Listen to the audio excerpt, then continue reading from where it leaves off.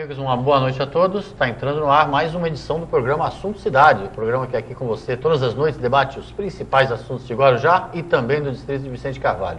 Toda noite recebemos um convidado especial, uma pessoa de destaque na sua área de atuação, e hoje nós temos a honra de receber o vereador Gilberto Benzi, ele que é o primeiro secretário do Poder Legislativo do município de Guarujá, a quem eu agradeço o espaço na agenda, ter podido comparecer aqui ao programa. Gilberto, boa noite. Boa noite, eu que agradeço mais uma vez o convite do Valdir.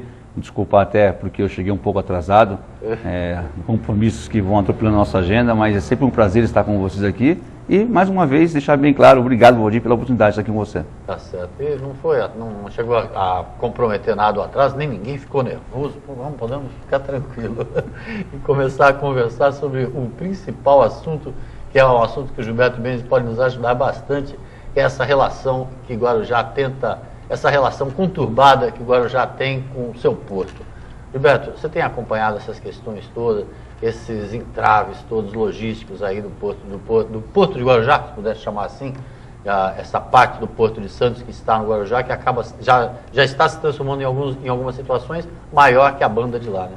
Você tem acompanhado tudo isso? O que você pode dizer para a gente? Como é que estão as negociações para que, de fato, haja intervenções do governo federal, com o dinheiro do governo federal, pelo menos, para que o município de Guarujá não sinta tantos transtornos como vem sentindo? Valdir, bem colocada a sua pergunta. Eu, de verdade, na Câmara Municipal do Guarujá, eu faço parte da Comissão Permanente de Assuntos Portuários, Retroportuários, a parte de aeroporto e transporte. Estou presidente novamente dessa comissão. Nós estamos acompanhando aí a votação que houve da MP 595, que foi uma votação às pressas, invadindo madrugadas no Congresso, o Senado carimbando a votação, né, que de verdade não teve nem tempo de adentrar na matéria, mas enfim, a MP está aí. A gente entende que alguns pontos já foi falado pelo governo que vai ser vetado algumas emendas, a Dilma não vai sancionar todas. Entendemos, Valdir, que tem a parte positiva da medida provisória, mas também tem a parte negativa, né? O que eu vejo de parte positiva? A parte positiva é que dá uma segurança para que os terminais eles possam estar investindo. Tinha aí uma dúvida jurídica em relação aos contratos que estavam vencendo, se podia ser renovado, se não podia.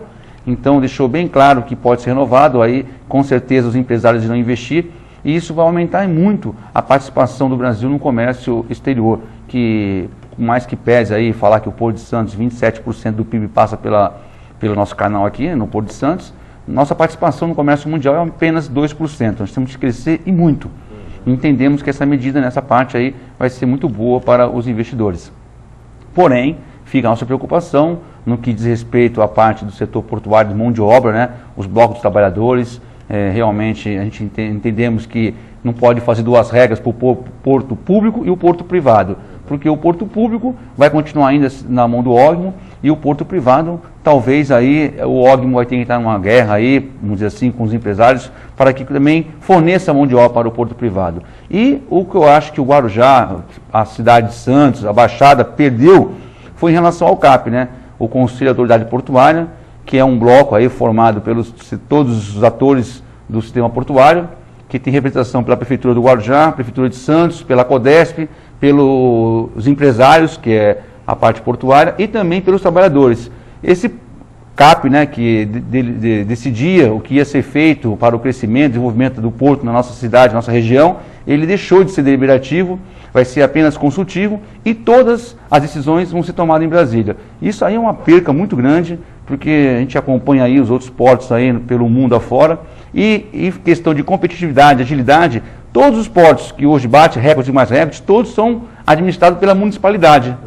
Então, eu acredito que a Prefeitura do Guarujá, a Prefeitura de Santos tem que se posicionar contra isso, porque, de verdade, eu acho que quem sofre mais quando tem as safras, aí, quando tem todas as questões tratadas em relação ao porto, são as cidades e as pessoas que aqui residem. E isso não pode ficar largado a Brasília. Temos que trazer para cá essa discussão. Eu ia te perguntar exatamente, na prática, assim, quais eram os efeitos da medida provisória para o Guarujá, por exemplo. Você praticamente já está respondendo, quer dizer, essa mudança nas atribuições do CAP estão na medida provisória. Ou seja, a cidade acaba perdendo a representatividade, perdendo o poder de interferir. Poder de decisão. Porém, ganhamos na questão que deixou bem claro aí o marco regulatório, né? Como é que vai ser feito aí os investimentos nos terminais, por quantos anos vai ter direito a explorar, se vai ser renovado, se não vai ser. Então, isso ficou bem claro. Então, o que a gente ganha em investimentos, que a gente as pessoas estão falando em torno de 50 bilhões em investimento, a gente perde em questão de gerenciamento.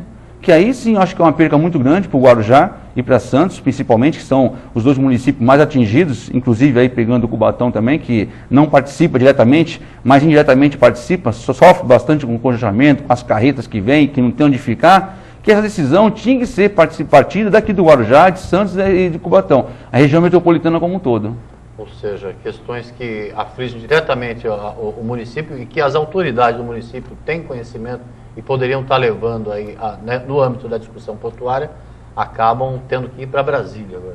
É que tem discussão que foge um pouco o calor, né, do que seria. Vou dar um exemplo do granel, fertilizante. Hoje nós temos a CTA, no qual eu sou vice-presidente, que nós temos aí diretamente todo o controle, toda a coordenação do carregamento de fertilizante para Cubatão e para o Planalto. O que acontece? A ANDA, que é a Associação dos Distribuidores de Adubo, entrou com uma ação para impedir que a CTA faça essa organização. E, a princípio, o CAD havia dado essa liminar. Nós conseguimos entrar com o nosso advogado, suspender essa liminar, porque, primeiro, não tem prejuízo nenhum, porque nós estamos há 30 anos já exercendo essa atividade. O que acontece hoje? A CTA se preparou para o crescimento portuário. Você não vê hoje, Valdir, jogado na cidade, para a cidade, caçambas, caminhões de adubo, que não tem onde ficar. Nós temos em parceria com a Prefeitura Municipal do Guarujá, uma área pública aqui no Guarujá, temos uma área em Santos, em parceria com a Codesp, e temos uma área em Cubatão, de nossa propriedade, de 55 mil metros, que todos os caminhões, quando vão carregar aqui no setor portuário da Baixada, eles ficam nessa área em questão, sem criar nenhuma dificuldade para o trânsito na nossa região. Então, ou seja, nós nos preparamos para o crescimento. A gente não tem culpa se os demais setores não se prepararam.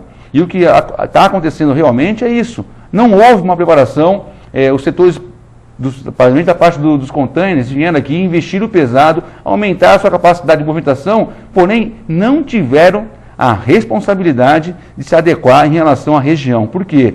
Todo segmento que presta serviço no setor portuário hoje não tem logística, não tem onde deixar os caminhões, acaba impactando na cidade de forma negativa, causando um prejuízo para o município que é incalculável. Hoje nós temos aí as manilhas de esgoto totalmente obstruídas, entupidas, calçada quebrada, asfalto também danificado, um monte de manilhas, um monte de proteção para o município. Por quê? Porque não houve um planejamento adequado para que, quando o sistema portuário estiver em plena atividade, pudesse ter essas carretas guardadas no local. Estamos agora correndo para ver se nós conseguimos aí fazer com que essa área retroportuária, que é uma área de 5 milhões de metros quadrados, a Prefeitura solte logo esse edital para que tenha um concurso de projeto, que aí sim acreditamos que talvez tenhamos condição de ter um espaço reservado para estar colocando esses caminhões, pelo menos da cidade do Guarujá, que não estiverem em operação, num local que não atrapalhe a cidade. E aí eu, como vereador, me comprometo a criar uma lei municipal proibindo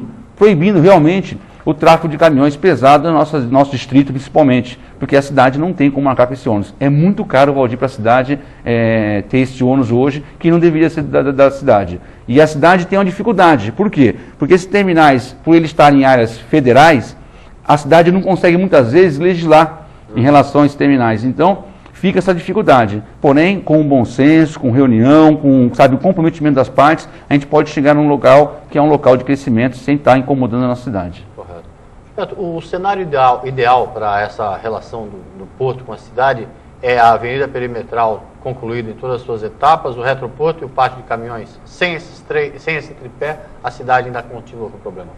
Tanto é verdade, Valdir, que tem 2 semanas entregaram um viaduto que acabou com aquele entroncamento rodo ferroviário, na qual toda a composição, quando entrava ou saía do porto do Guarujá, ou quando fazia alguma manobra, ele acaba obstruindo o trânsito de caminhões. Hoje não existe mais. Mas é item, né? O setor ferroviário está operando sem dar a mínima para o setor rodoviário, e o rodoviário também operando sem ter nenhum problema com o setor ferroviário. Porém, é um item que a população não sentiu, mas para o segmento portuário foi um avanço muito grande. Essas 2 semanas não houve registro de fila de caminhões na Pirassaguera. Por quê?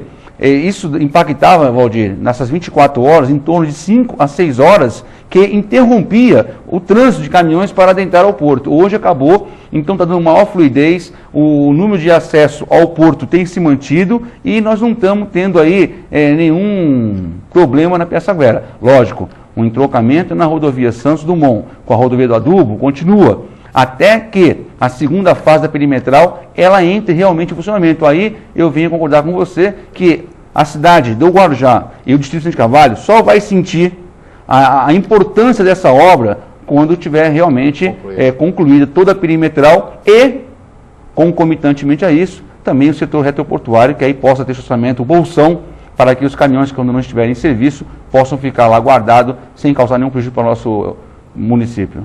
Esses problemas que foram verificados na rodovia Pirassaguera, principalmente até um mês atrás, esse trânsito imenso de caminhões que foram notícia nacional, inclusive.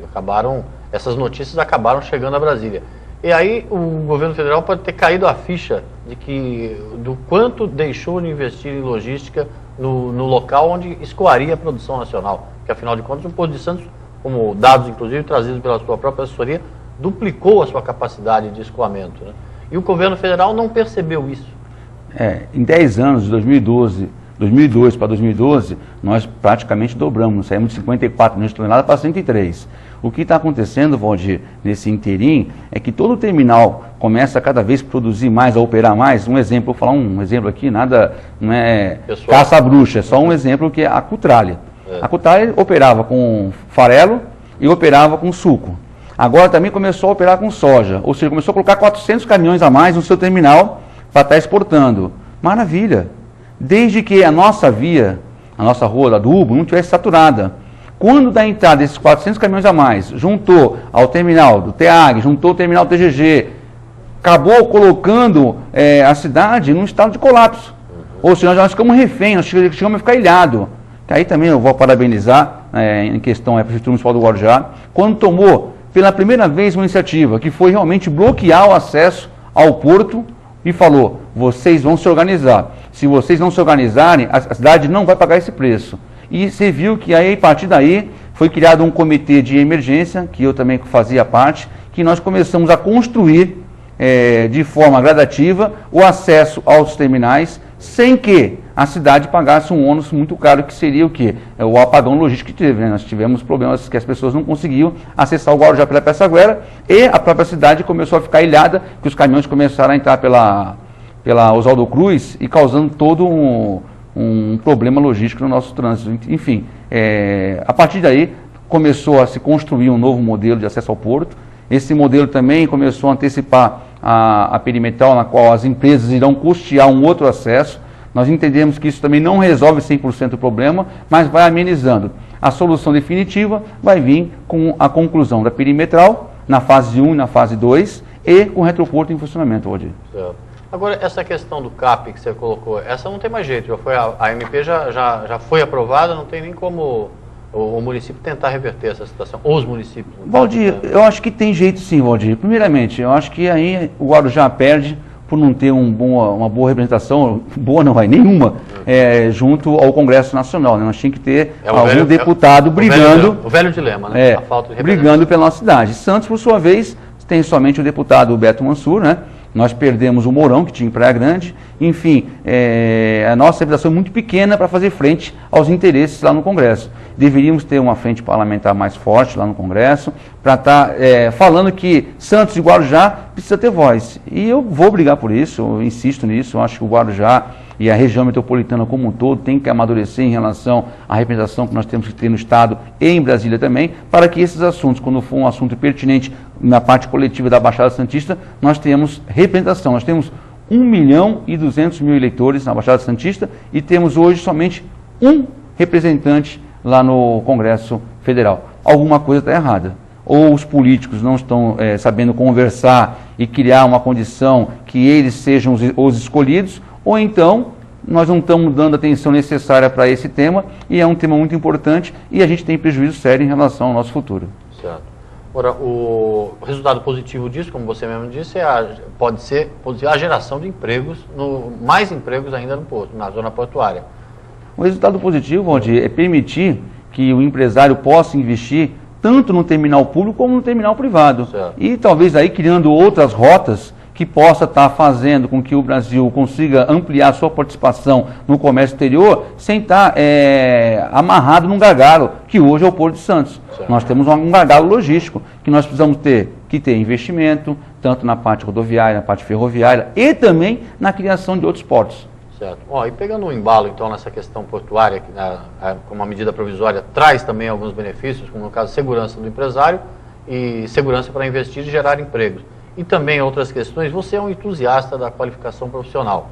Você, inclusive com passagem, né, pelo Senai e tudo, e você sempre demonstrou assim na sua vida pública um entusiasmo pela necessidade de qualificação profissional. Qual é o balanço que você faz de como o município está se preparando para esses momentos positivos, que é além da questão portuária, e pegando um embalo nisso, também já entrando em outros assuntos, como por exemplo pré-sal?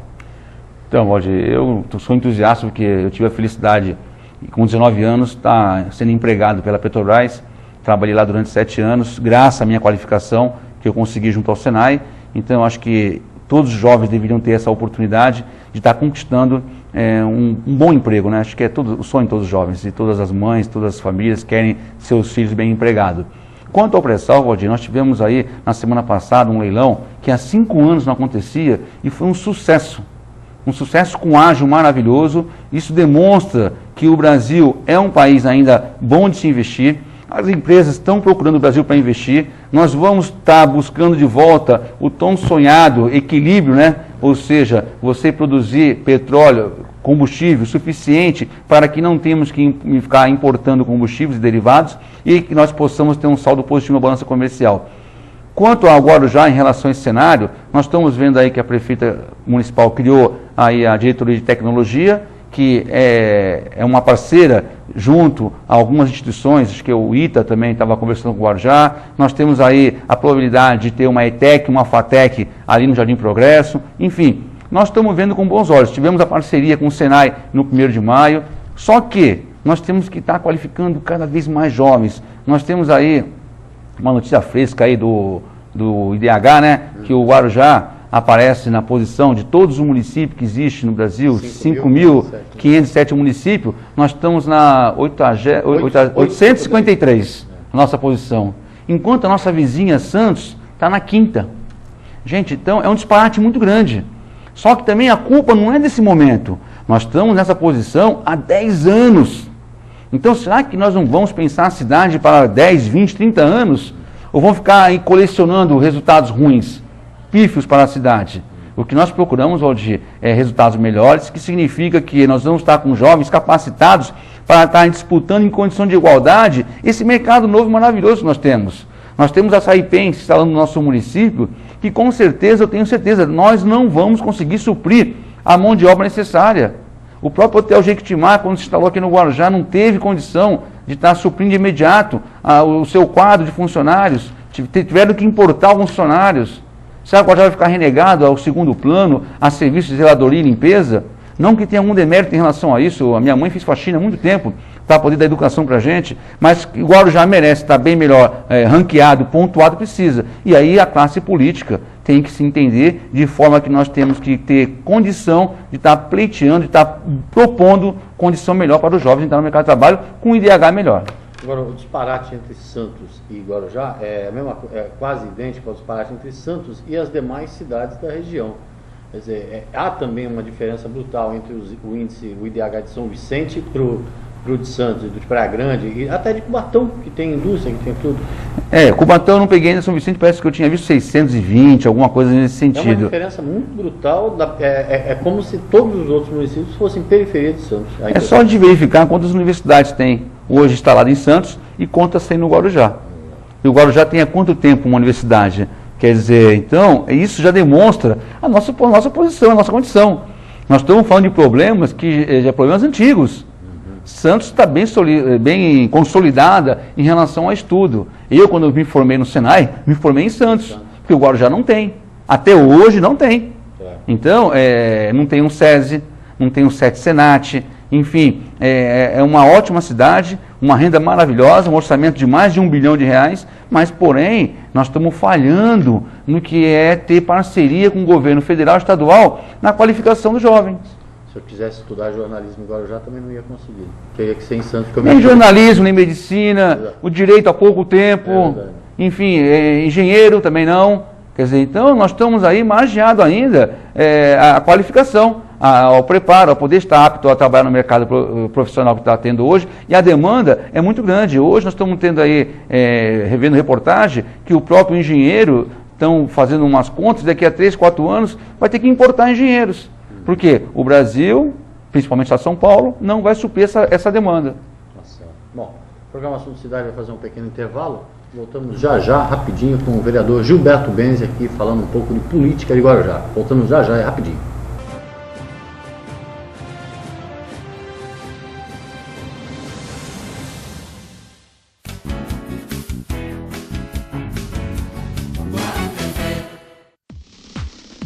O maior e melhor roteiro de compras de Guarujá está aqui, na Guaru TV. Compra e companhia. Todos os dias às 5, às 10h20, 14h20, 17h20 e 8h20 da noite. Há mais de 20 anos, a Morada do Sol tem tudo para você que está construindo ou reformando. Produtos que você utiliza desde o alicerce ao acabamento. As marcas líderes do mercado com as melhores condições de pagamento você encontra aqui. Parcelamos em até 10 vezes no cartão e financiamos em até 24 vezes. Aceitamos o cartão Construcard e fazemos entrega gratuita. Nosso atendimento tem como principal objetivo ajudar a você a realizar todos os processos da sua construção ou reforma. Venha conhecer a Morada do Sol. Avenida Santos Dumont 3301, Jardim Boa Esperança. Telefone 3387-2609. Ateliê de Noiva César Prado está de casa nova, agora de frente ao mar. Em parceria com o amigo Salvador Matos, oferece uma casa ampla com vista privilegiada no melhor ângulo da Praia da Enseada. Estacionamento próprio, segurança, cozinha industrial, diversos ambientes, incluindo área para crianças com monitores, tudo para adequar qualquer tipo de evento. Além de equipe gabaritada, atendimento personalizado e buffet de primeira linha, o lugar é o cenário dos sonhos. Sonhe à vontade e realize com o Ateliê de Noiva César Prado e Salvador Matos. Quando a gente pensa em plano de saúde, pensa primeiro em Unimed Guarujá. Não é só porque a Unimed é a maior cooperativa de serviços médicos do mundo, com a maior rede de hospitais, clínicas conveniadas, os melhores médicos e atendimento de urgência e emergência 24 horas em todo o Brasil. A Unimed Guarujá é a mais lembrada porque não esquece de você. Atendimento domiciliar, programas de saúde preventiva e agora com um novo plano onde quem usa menos, gasta menos. Unimed Guarujá, lado a lado com você, sempre.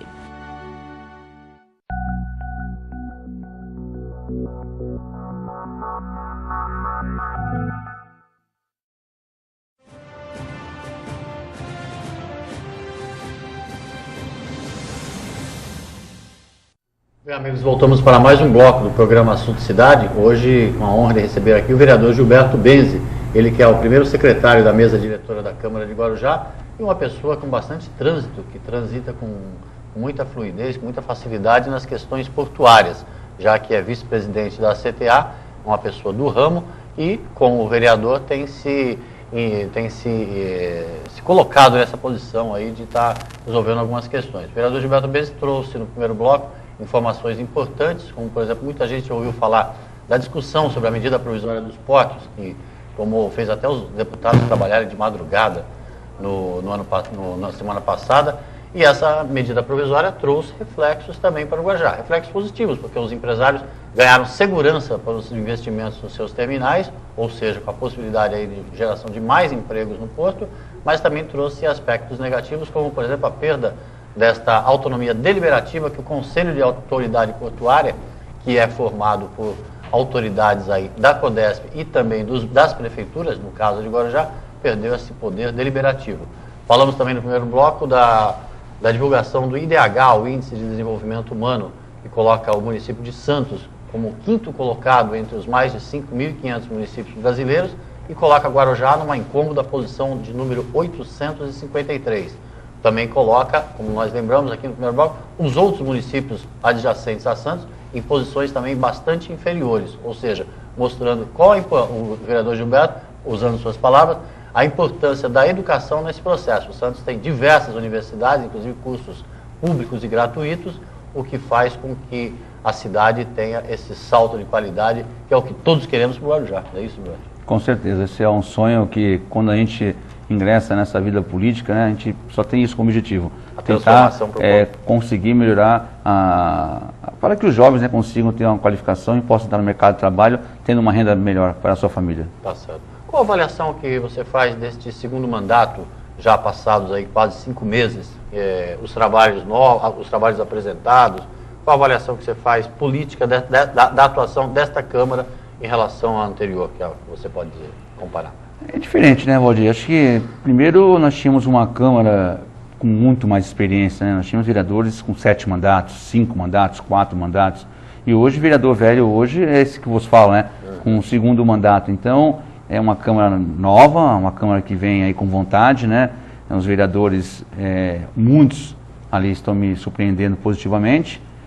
Alguns estão começando o seu trabalho, estão começando a entender que às vezes a velocidade não é o que vai ditar se você é um bom parlamentar ou não, é sua postura no seu plenário, como você se coloca nas discussões, sendo coerente, enfim, é uma Câmara diferente, é uma Câmara mais nova, é uma Câmara com menos experiência, mas isso também não significa que seja uma Câmara que não vai dar a resposta que a cidade precisa, até porque vem trabalhando de uma forma harmoniosa aí com o Executivo, vem discutindo os assuntos. Eu estou botando muita fé que nós tenhamos avanços, né? O presidente Marcelo Squassoni também vem demonstrando aí uma habilidade para com seus pares, vem transitando bem entre os 3 poderes. Tivemos essa semana aí, inclusive, a entrega de um título de cidadão para o doutor Rodrigo, né? Que não estava presente, estava em viagem, mas ficam meus parabéns para ele, enfim. Eu acho que está indo no caminho certo, Valdir. Espero que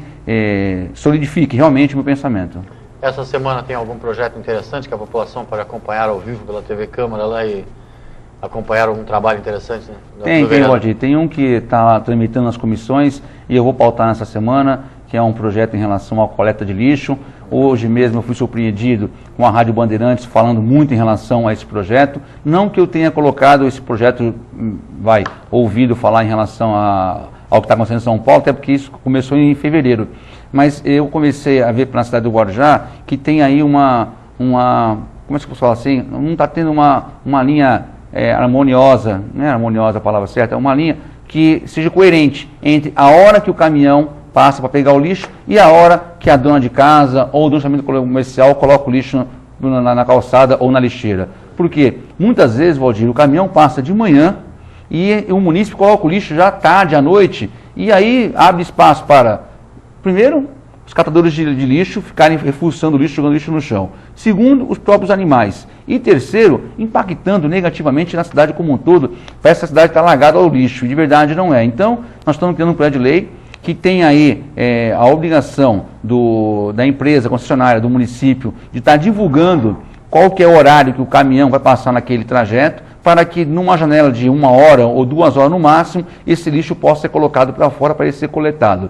Nós entendemos que pese o transtorno, que às vezes pode ficar 10, 12 horas o lixo dentro da residência ou dentro do comércio, mas entendemos que vai ser muito bom em qualidade de vida e também para a própria cidade como um todo, né? Que não vai dar aquela aparência que está tendo hoje de cidade suja, cidade largada, que às vezes também, Valdir, o munícipe ele não colabora. Ele acha que, eu fechei meu lixo, acabou, eu ponho lá fora, não quero nem saber que horas o caminhão passa. Mas mal sabe ele que esse lixo que cai, que vai aí chove, vai para o esgoto, boca de lobo entupida, acaba causando até prejuízo para ele no futuro, que é enchente e coisas que a gente não quer nem falar aqui, que acaba comprometendo todo o sistema do usuário. Então a gente espera que esse projeto seja aprovado, entendemos que o projeto Bomba Cidade e conta aí com meus pares nessa sanção de mais esse projeto. É um projeto que prevê a utilização de um princípio básico da humanidade desde a época do sinal de fumaça, que é a informação, né? É um panfleto, uma forma simples de comunicação com o munícipe para ele saber que horário que ele tem que colocar o lixo. Agora, você só sugere ou impõe alguma a questão de direitos e deveres? Não, é lei com penalidade. Penalidade. Eu acho que a gente tem que ter a nossa consciência, né? Claro. Eu tive a oportunidade nessa temporada de andar pelo calçadão, de tardezinho, às 10 horas da noite, 9 horas. A cena é horrível, quer dizer, o próprio comércio perde com isso. Porque quem está como um turista observando a cidade, ele acaba vendo aquela cena ali, que é uma cena que não é para se ver, aquele monte de lixo jogado. Quer dizer, o comércio está fechando as portas, ele vai limpando tudo, jogando lixo para a rua. Quer dizer, não é mais problema meu, agora o problema é do município. E que horas passa o caminhão para pegar aquele lixo? Quer dizer, então ele tem que estar antenado com o horário da coleta de lixo para colocar o lixo no horário que a coleta vai acontecer. Então acho que a cidade vai ganhar muito com isso. E a população, nós temos que reeducá-la. Nós temos problemas sérios, Valdir, na cidade do Guarujá. Vamos supor, tem um local que a pessoa pede para a gente pedir para a prefeitura limpar. A gente pede. Valdir, não dá 24 horas, depois de limpo, aquele local está totalmente sujo de novo. A população começa a criar um vício de usar aquele espaço como descarte, de treco que ela não quer mais. Quer dizer, aí também a prefeitura tem que estar agindo, tem que estar multando, enfim. Nós temos que contribuir. A cidade tem que ter um aspecto de limpeza, coisa que não tem hoje. Certo. 2 outros trabalhos apresentados pelo vereador com um pressuposto de valorizar a informação. Um deles, por exemplo, que foi sancionado pela prefeita Maria Antonieta, que impõe a necessidade de se colocar um cartaz com o telefone da ouvidoria. Qual foi o objetivo desse projeto? O objetivo foi criar um equilíbrio, né? Porque é normal você entrar em repartição pública e ver um adesivo dizendo que é contra a lei, desacatar funcionário, sob pena de não sei o quê. Quer dizer, o funcionário está protegido. E o cidadão? Que ele chega e muitas vezes é maltratado. Então foi só para equilibrar ali, que as pessoas tenham consciência que os dois têm direitos e os dois têm deveres. É somente isso. Eu acho que esse projeto ele veio em boa hora. A prefeita teve aí a grandeza de estar aprovando esse projeto. E esse projeto não vai fazer mal para ninguém. Muito pelo contrário. Ele só vem só para colaborar com a questão da informação, com a questão da transparência, com a questão da educação. Certo. E outros 2 trabalhos que ainda aguardam sanção da prefeita, que é a doação para a PAI por meio do carnê de IPTU. Vai ser colocado no carnê do IPTU uma doação espontânea no valor de R$10. Como já teve para o Santo Amaro, para o hospital? Como já teve para o Santo Amaro, para o hospital. Nós entendemos que a PAI é uma entidade que faz um projeto maravilhoso, é um trabalho difícil de fazer, custoso. Tivemos problemas no passado, grupos de pais e mães que administravam a PAI por desconhecimento contábil, acabou levando a entidade a problemas sérios de perda de verba, de receita.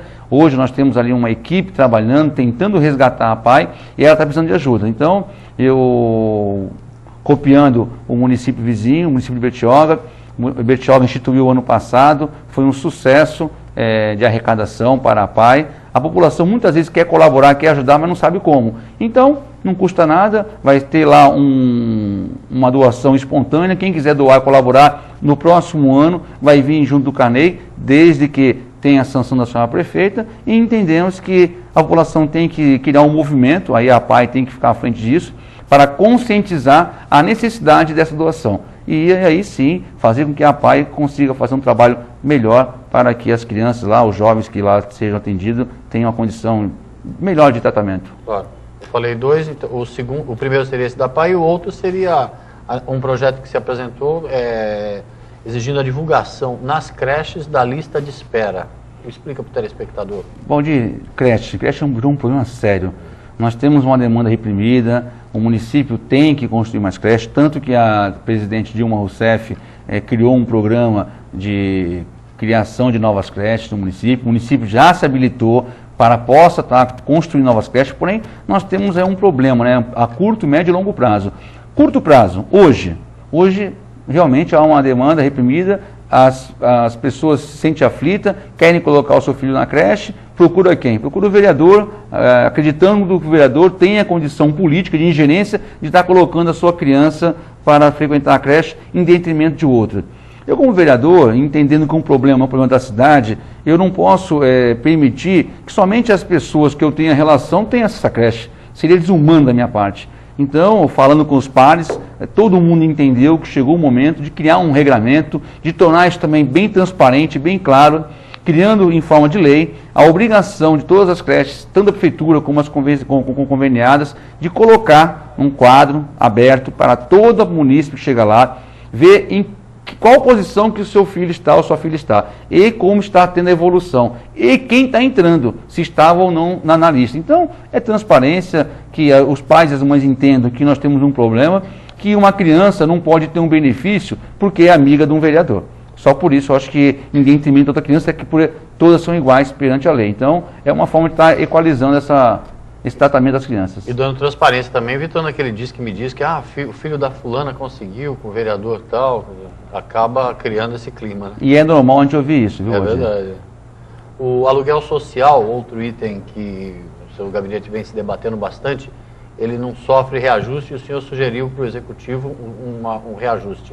Nós estamos tentando ser coerentes, né? Como eu falei há pouco, às vezes a gente copia um projeto de lei na Baixada, a gente compara a cidade do Guarujá com outra cidade, e nós temos aí uma discrepância, porque esse projeto de alocação social, ele foi criado em 2005, de lá para cá nós tivemos aí um reajuste no salário mínimo de mais de 130%, um aumento no orçamento de mais de 170%, e na alocação social até então não houve nenhum reajuste. E fora isso, nós temos Santos pagando já R$500 na alocação social, São Vicente pagando 400, Cubatão pagando 400 e o Guarujá ficou aí nos míseros 200. Então, a gente quer nessa indicação, que não foi por lei, né, que a gente não pode legislar no que diz respeito à finança, nós estamos tentando sensibilizar a prefeita para que ela busque, dentro do orçamento, recurso necessário para que ela possa estar fazendo essa suplementação, possa estar equalizando aí, para ter condição que essa pessoa consiga sustentar até que o programa Minha Casa Minha Vida venha dar a resposta necessária, que seja acabar com esse déficit habitacional que nós temos, que é muito grande no nosso município. Essas pessoas que têm essa alocação social são pessoas que foram retiradas da onde mora, ou pela Defesa Civil, ou até pelo Ministério Público, ou seja, as pessoas estavam correndo risco de vida. E aí, governos que passaram permitiram aí, também, que aí fica essa bronca aí, permitir esse avanço desenfreado de casas, construção, em encostas, em mangues, enfim, colocando as pessoas em risco. E aí, quando identifica isso, estão retirando hoje, estão congelando, de forma que também não tem um aumento mais aí nas moradias aí subdesenvolvidas, nas palafitas, para que não consiga mais construir uma casa nem um morro, que a gente não quer ver a cidade sendo noticiada, igual aconteceu também tem umas 2 semanas em São Vicente, no México 70, mais de 100 barracos pegaram fogo. Claro. Ou seja, um acidente aí que ninguém quer que aconteça na nossa cidade. Claro, boa sorte sempre nas suas indicações aí, trabalhos. No ano passado, no ano retrasado, aliás, o senhor, 2 anos, né, 2010, né, 2010, 3 anos atrás já, o senhor foi um dos candidatos a deputado da cidade com boa votação. Todo mundo nega, mas o clima de eleição para o ano que vem já está na rua. Eu queria que o senhor esclarecesse, telespectador, tem planos de mudar de partido, de se candidatar a deputado, alguma coisa? Bom, vamos por parte. Primeiramente, não sei por que negar, né? Porque a partir de outubro tem que estar bem montados os quadros visando a eleição de 2014. Ninguém gosta de admitir, né? Eu acho que eu vou sair.